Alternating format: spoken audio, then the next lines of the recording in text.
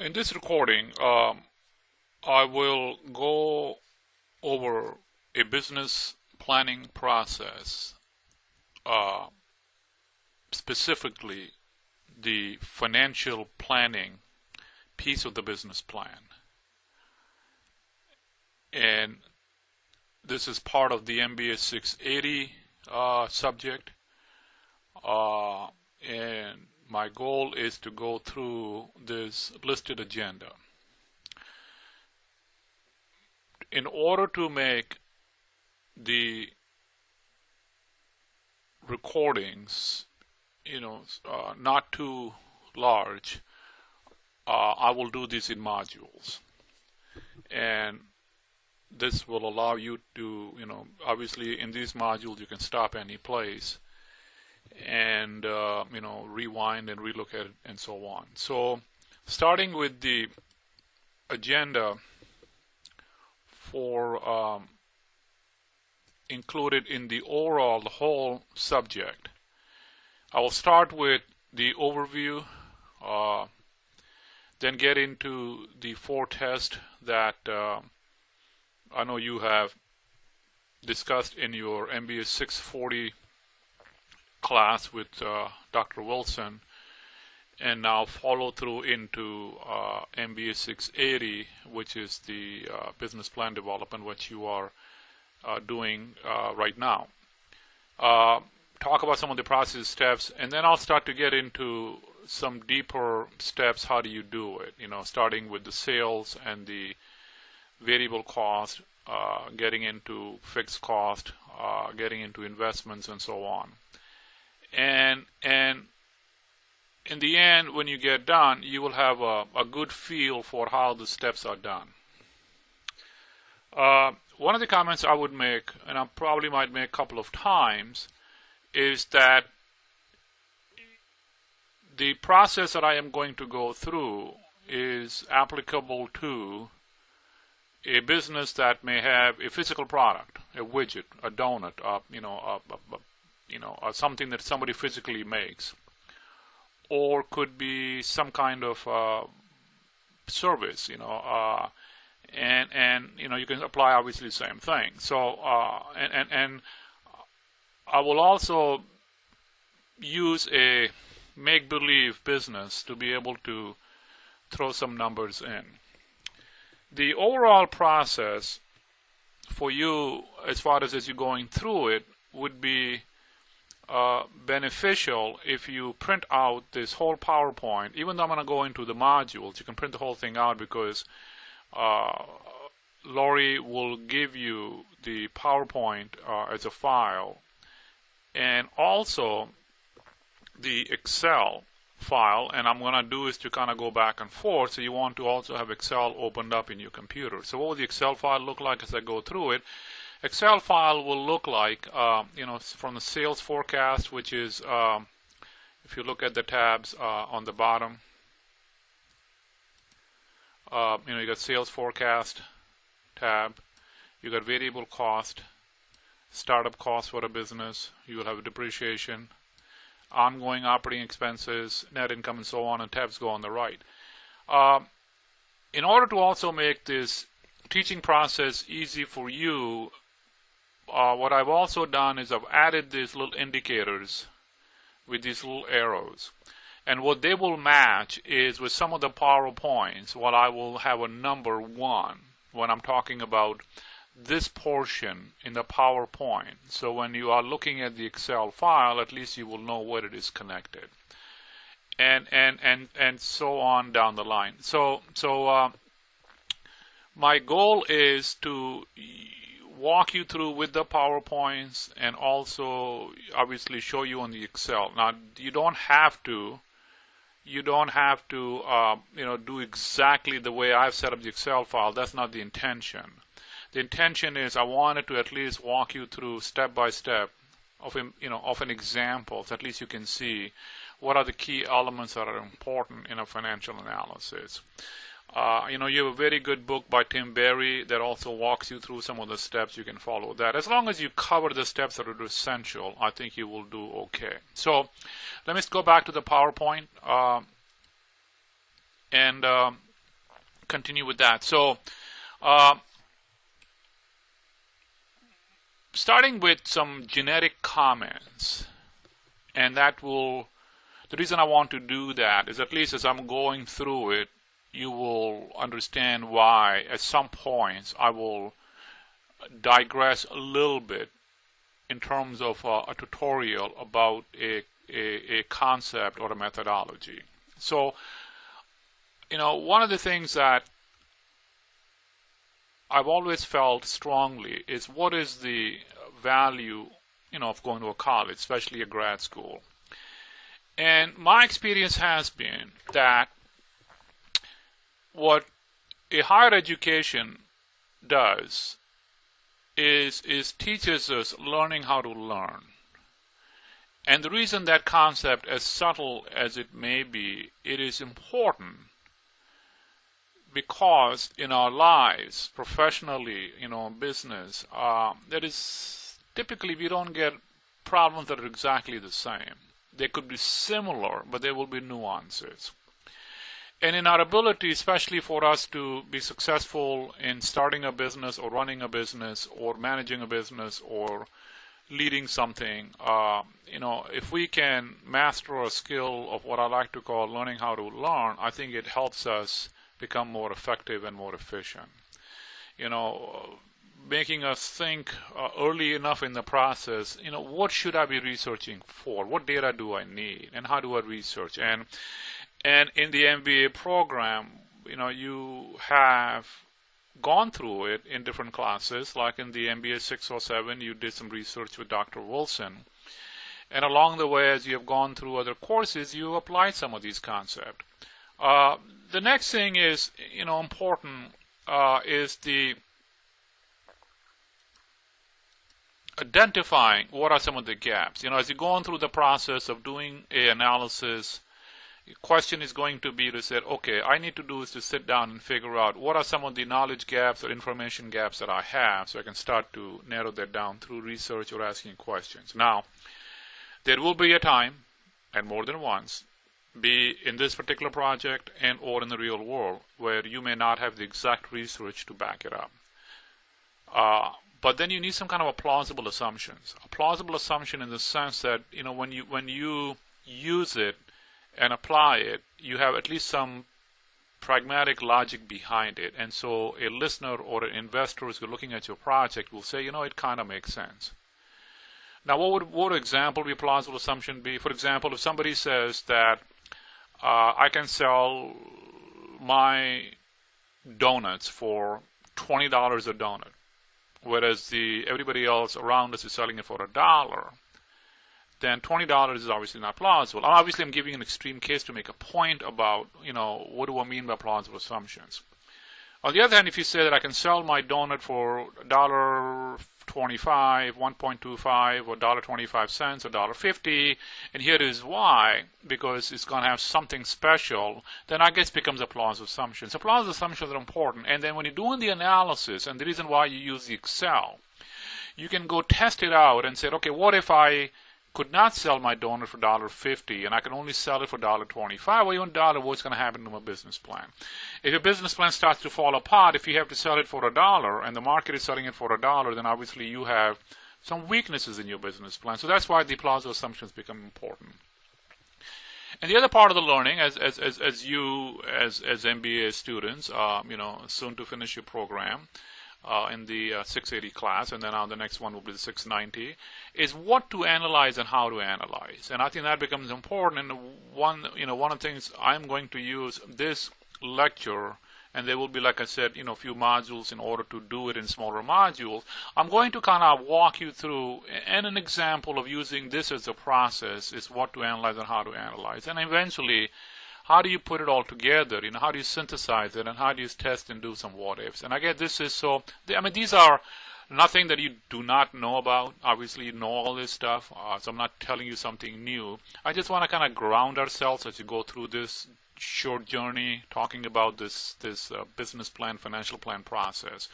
That these things are, as subtle as they are, they're really, really important for us to ground ourselves as business professionals. And business could be profit, non-profit, it doesn't matter. It's just the whole idea of leadership and management. Okay.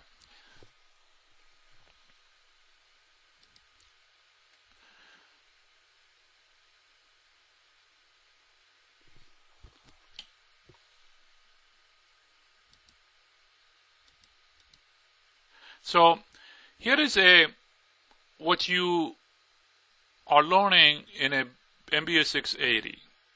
I'm just simplifying it obviously over here. It's much more much more involved. But I want to use this as a chart so you can see why are you going through this process in your class, and why are we focusing on some of the specific details that you are in the process of preparing it. So business planning process, if I would just kind of summarize it, just to be able to have a conversation, the business planning process, and again that's really is the focus of our MBA 680, is what I like to call connecting the dots.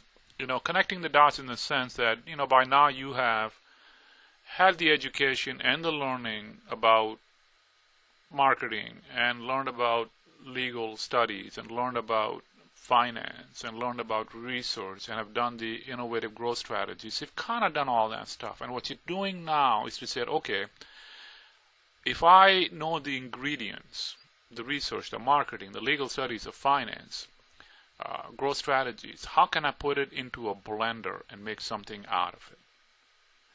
And so we teach you to kind of walk yourself through the process. And here the idea is to take what you have learned and kind of integrate it. So you are probably gone through the process so far in the class, but focusing on the product. You did it through the 640 class with Dr. Wilson, and you're looking at your product, who the competition is, what does the environment look like externally for your sandbox, i.e. your industry you are in, and eventually from there you are kind of deciding, hey, what would your marketing plan be? Now this could be for a widget, or it could be for a service. And in your marketing plan, you somehow would have created something that would provide some confidence to anybody who looks at your plan, is how did you come up with that you are going to sell X number of these widgets or X number of services you're going to give, be consulting or be accounting or be hair salon or be whatever. How did you come up with the price? How did you come up with the price that you're going to charge $30 for this product or $100 for this service? So that's really the combination of research and combination of thought process you have gone through and kind of document, articulated, and that becomes your foundation for your research and or your plausible assumptions. For example, if you look at a retail store and they would be looking to say, okay, based on number of people that walk in the store, let's say there are 100 people walk in the store every day, what percent of that are going to buy something? Let's say it is 20%, so 20 out of 100 they're going to buy. Of the 20 people they're going to buy, on average maybe they're going to spend $30, so at least now you have some idea what the revenue for that day will be.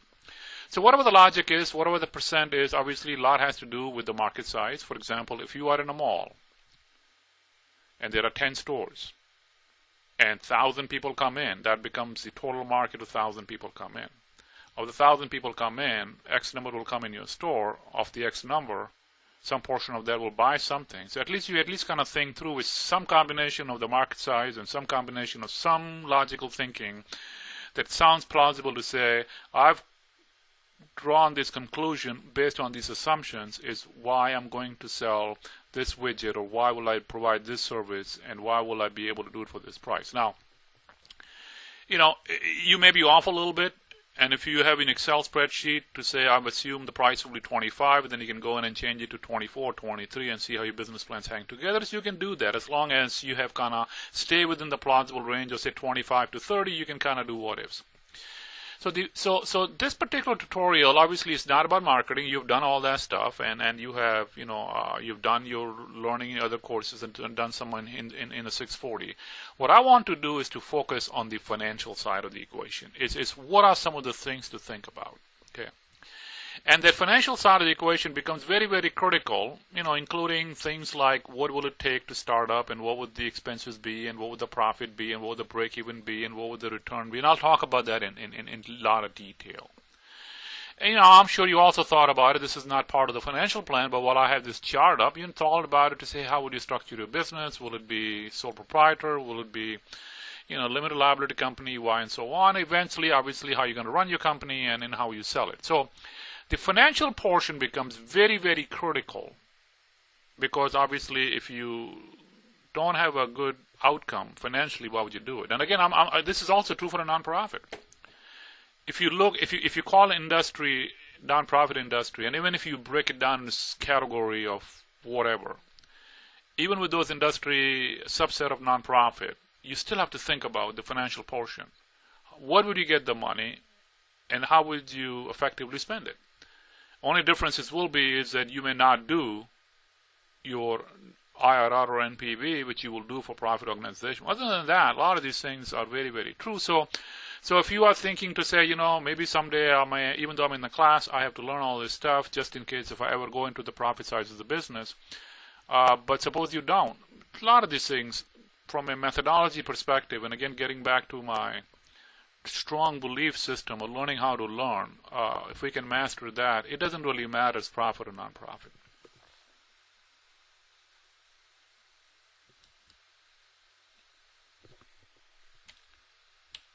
So while I'm on the subject of 680, let me just quickly spend a couple of minutes about 690, which is the last course you're going to take, and you're going to say, hey, what is going to happen over there? Well, in the 680, and I forgot to mention, in the bottom I have this thing called entrepreneur. And the 690, I have intrapreneur. So let me just kind of touch on it, why I had the circle over there. As a business person, my experience has been, even though I worked in a very, very large corporations, UTC, Pratt & Whitney, within UTC, Pratt & Whitney, Hamilton, and so on. But one of the things that's very, very obvious, regardless size of the company, and I saw that working with other large companies, internally talking to some leadership over there, is even in a large company, if you think like an entrepreneur, it makes you more effective. And even though you may say to yourself, I have no desire of ever starting my own business, so why am I doing this thing in the class? Remember, we are teaching you skills. We are teaching you skills. We're using this business plan as a model for you to apply the skills. We're forcing you to think and bringing you in some of the areas that you may feel a little frustrated or uncomfortable, and that is by design. And if you are feeling that way, that is okay. That's by design, because sometimes as we get more comfortable, we expand our not only our knowledge base, but also our comfort level. It gets a little bit better as we go through it. So in our program, one of the very effective things about our MBA program is that we kind of walk you through some of the basic stuff that you've learned so far, then we bring it to you in the end, and we do these 2 courses where we put it all together. One angle is entrepreneur from a small business perspective. How would you do it? We basically kind of looking at it from bottoms up. And you are learning this and applying it over here. When you're going to go to the next class, we're going to take it more intrapreneur approach, where you're kind of looking from larger company perspective. And this is where Dr. Wilson is going to use a case study approach. And again, the whole logic over there is that you're still going to apply your finance knowledge, and still going to apply your marketing knowledge and your research knowledge and so on, except you're going to be not looking at the cases and looking at a larger company through the eyes of case study and see how you do it. So again, that's what's going to be. Now, one of the things that I'd mentioned before when I was talking to some of you when I was in the on-ground class, and again, I'm talking to now both the online and on-ground in 680, that I will create some short tutorials for some of the finance that you took finance some time ago, may have forgotten that you needed in 680. Some of that is covered in these tutorials because obviously finance is very generic. Something specific to 690, I will create a tutorial and also post that for you in the next couple of weeks. So, but again, many of the stuff you're going to find here, and that's why it is so in-depth, and I hope you kind of go through it and get comfortable with it. Many of those things that are also useful in the 690 are covered here in these tutorials that I'm going for you right now. So let's go to the 4 tests that you started the journey with Dr. Wilson, because they are important, obviously, and they are also, and because they're important for the process, and hence they're important for your finance plan. So I just want to start from there. So first one, as you know, is to obviously your ideas need to be original. And the question is, what does that mean, and why is that? Well, the reason it is because if it is something that is same old,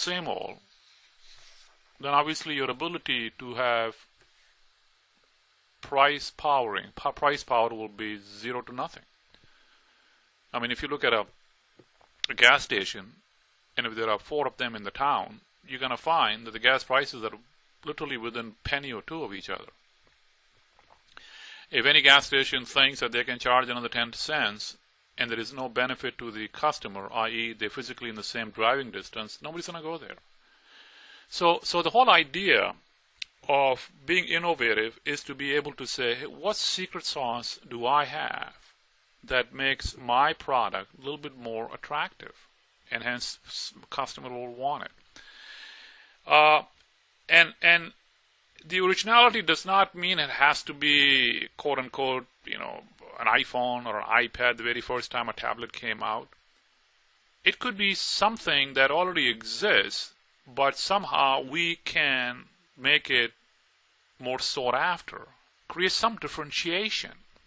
And that becomes the originality portion of it, that we are making something different. It could be a price, could be the quality. The whole idea is that it by doing something, it allows us to get into what I like to get in people's pocketbook. Because remember, profit or non-profit, if you want the revenue, for profit business, non-profit business, you have to go into somebody's pocketbook. How do you convince them to have them write a check to you or give you, pay you through credit card or whatever? Because if you don't have some originality, then obviously how will you survive in the business? How will your non-profit business survive? How will your profit business survive? And so on. That's why, even though people say, why do I have to talk about this thing? Again, this is a classroom you are in, obviously, and you are in a school, you're here to learn. And I think hitting your head against a wall once in a while could be a good thing to be able to kind of think it through. So think it from that perspective as you're going through it, okay? Second test is obviously, as you know, is the reality test. And here there are 2 subsets. So you are going to say, I'm going to sell, my sales are going to be, say, X dollars, which means that you are going to be sell your product or service at your forecasted price. Prove it. Reality test, prove it is real. Now, question is to say, how do I prove something that's going to happen in the future? The answer is hard to do. And that's why the question is that if you have looked at every option possible from a research perspective and applied assumption perspective, if you've done everything, then you've done a good job. And the thing to always ask yourself is to say, if you were on the other side, listening to your plan, and willing to say, I am willing to take my hard-earned money and invest in your business, what are the questions you're going to ask? And that's the same question you should be asking yourself, right? The second part is the cost. Let's say you think you can make this widget sell this widget for $25. Well, how much is it going to take you to cost it? How much will it take to make these things? And again, same thing. Again, if you're on the other side, what questions would you ask? What makes you think you can make this for $10?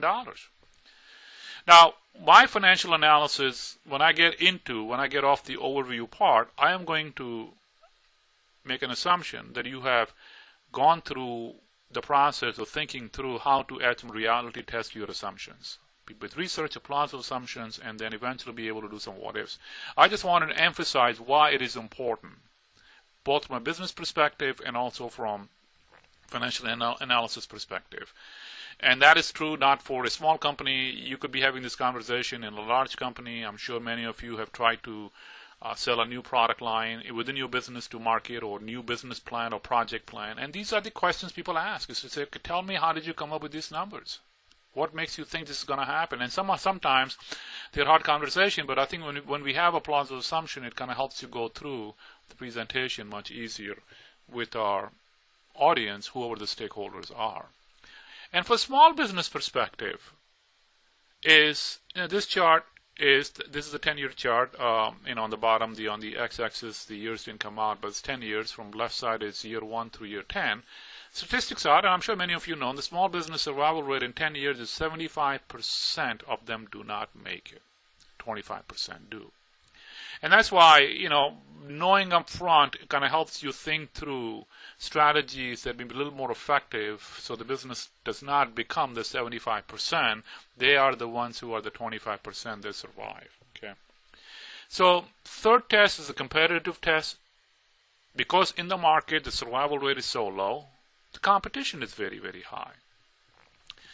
So the next question to ask yourself is, do you understand the competition? And again, this is a hard thing. I mean, it's not a black and white answer, but at least from a research perspective and understanding through industry perspective, or looking at the IBIS data, or looking at Google the content, what does it look like? And again, the reason that all becomes important is that unless you have a secret sauce that absolutely positively guarantees that you can charge whatever you want.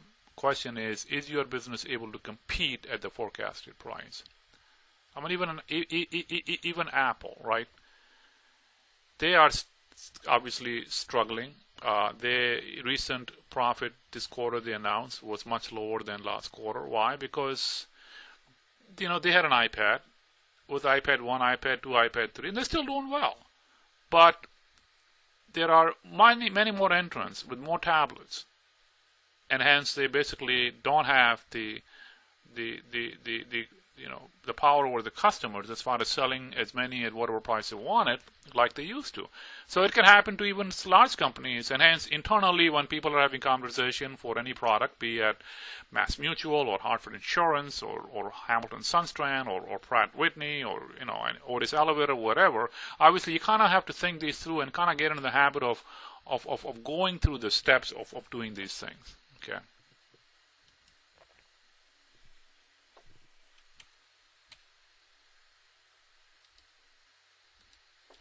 And finally, which is where the financial plan comes in, does your business plan have value? And what does a value mean? Value means it's a quantitative value. Is that something that you can get some? Can you what I like to call monetize your business? And that's what we're going to talk about. What does that mean, and how do you figure out what the value of the company is, and so on? And is it high probability of success?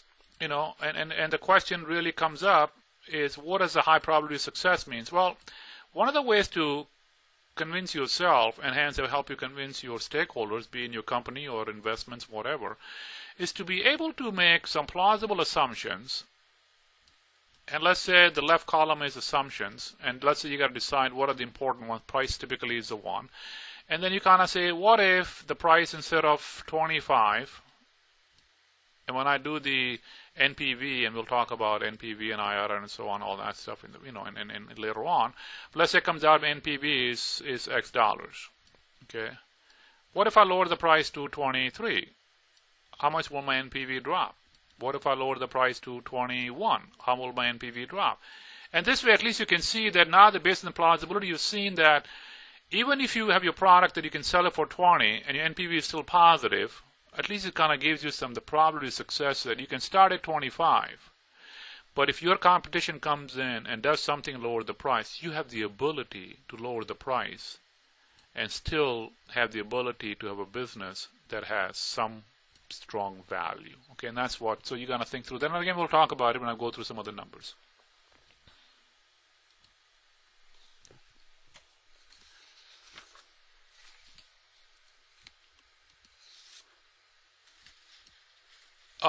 Again, trying to tie together some of the knowledge that you already acquired from, over different classes.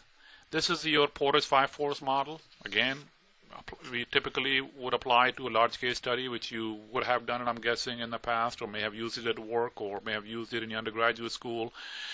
I know you will use it in the capstone, and again, this is also important in a small business. Just think about it. Obviously, buyers could be anybody in any size business, potential entrants, substitutes, existing competitors, your suppliers, so on. So a lot of these things obviously apply, and as you're going through it, when you're developing your price and cost, you have to kind of keep that in mind as to what role do some of these things play as you are trying to go through your thought process and coming up with the price and the cost and so on. So now with the overview of why you are going through this process and what is the intention in the 680, I'm going to now transition into the subset of the business plan that has to do with the financial plan, which is the purpose of this tutorials. Okay, so let me start to do that now. So I'm going to start to shift gears slowly into the financial plan conversation. So a financial plan, and that's true when I used to do many of these things in my prior life at UTC, at Hamilton or Pratt. Financial plan is connected. Financial plan is connected. By that I mean is that it has a strategic plan, that has a marketing plan, and has an operations plan, and obviously all that stuff leads into a financial plan. Okay, and so our focus for this tutorial is financial plan. But the reason I wanted to have this conversation up front, and I might touch on it as I'm going through when I'm talking on the financial plan, is your strategy and your marketing and your operating plan, what you're going to make it for, how much you're going to make it for, what you're going to charge, what's your competitive posture and so on. All that kind of blend into what? It blends into price, how many you're going to sell, what cost you're going to make it for, and hence what will your profit be. And obviously there are different layers of cost and so on. We'll talk about it, but at the end of the day, it is simple. Price, how do you justify to sell it for X dollars? How many can you sell? How do you justify you're going to do that? What would the cost be? And hence what would your profit be? And obviously there is, from there we can figure out what the return will be, the break even will be, and so on. And so these things obviously focus on trying to figure all this stuff out. Okay.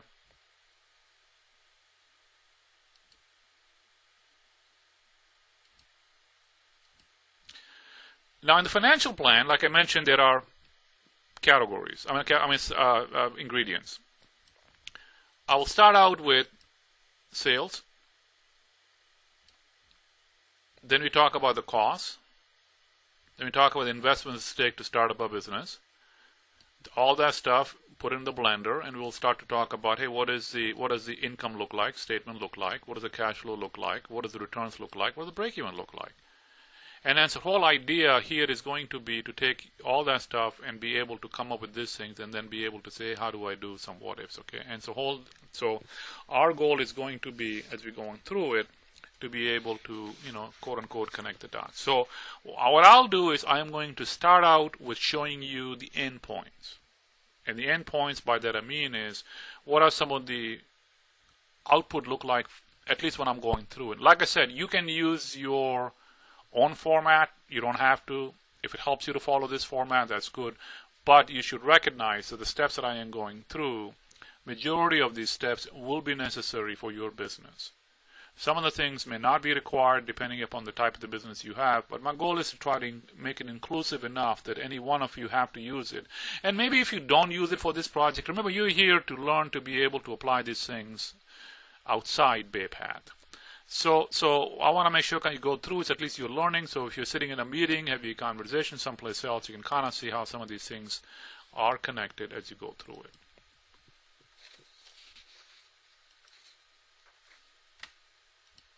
So we are going to build an income statement.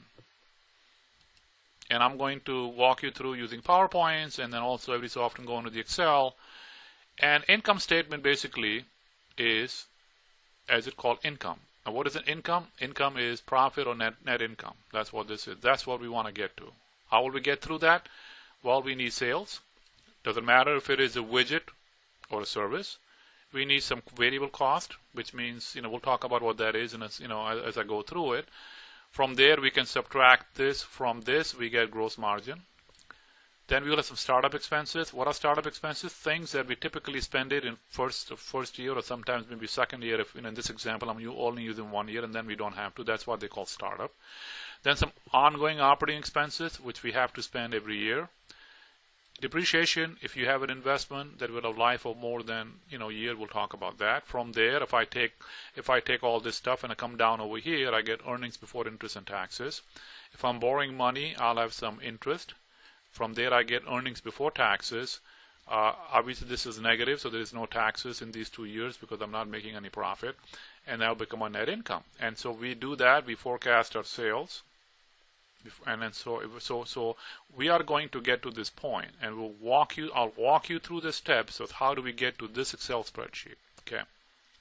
So at this point, some of you may have already done something similar, and some of you may have not. And if you feel a little overwhelmed, do not, because I want to walk you through step by step in different modules. Okay.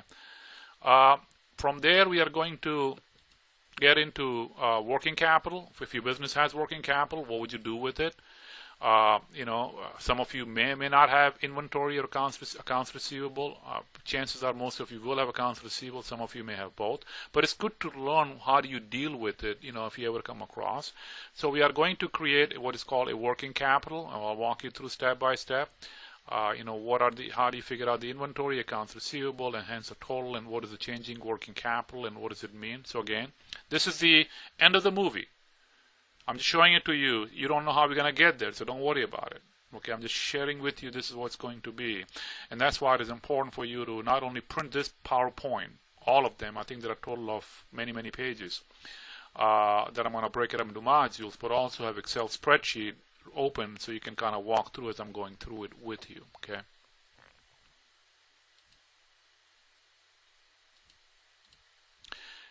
Startup capital, how are we going to figure out how much money do we need to start the business?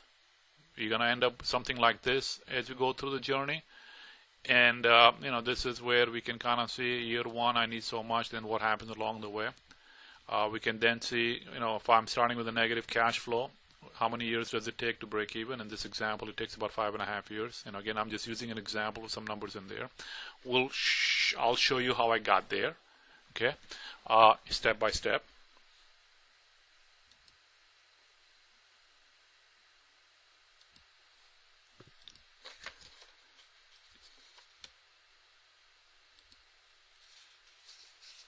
And from there, we can also do some NPV and IRR. So now, what I'm going to do is I'll stop here. Again, just to keep the module short. And what I'll do is so what do? We talked about the overview. We touched on a few things. And again, if you have any questions on this module, just go listen to it again. You can stop any place, rewind. It works like a video recorder. Next thing I'm going to do in the next module, we'll talk about the sales and the variable cost, which are the first two pieces of the income statement. So let me just go back and kind of show you, what the income statement is. So here's the income statement. And as I mentioned, you're going to start to build it. So the next module will focus on this portion. Okay. And then later on, we're going to continue to build this as we go through till we get to this end. Then we go to the cash flow and so on. Okay.